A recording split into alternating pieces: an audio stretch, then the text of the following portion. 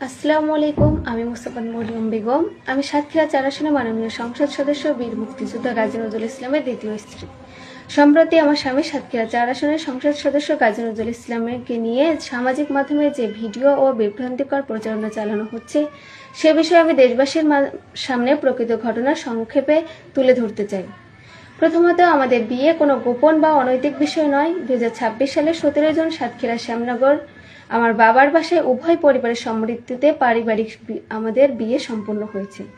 এ সময় আমার স্বামীর প্রথম স্ত্রীও উপস্থিত ছিলেন।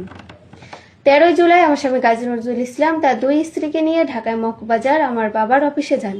এটি ছিল সম্পূর্ণ পারিবারিক একটি সফর। সেখানে পরিকল্পিতভাবে একটি অনাকাঙ্ক্ষিত পরিস্থিতি তৈরি করা হয় এবং পরে আমাদের স্বামী স্ত্রীর ব্যক্তিগত ভিডিও ছড়িয়ে আমাদেরকে হেনস্থ ও মানহানি করা হয়। আমি স্পষ্টভাবে বলতে চাই, একজন স্বামী স্ত্রীর বৈধ পারিবারিক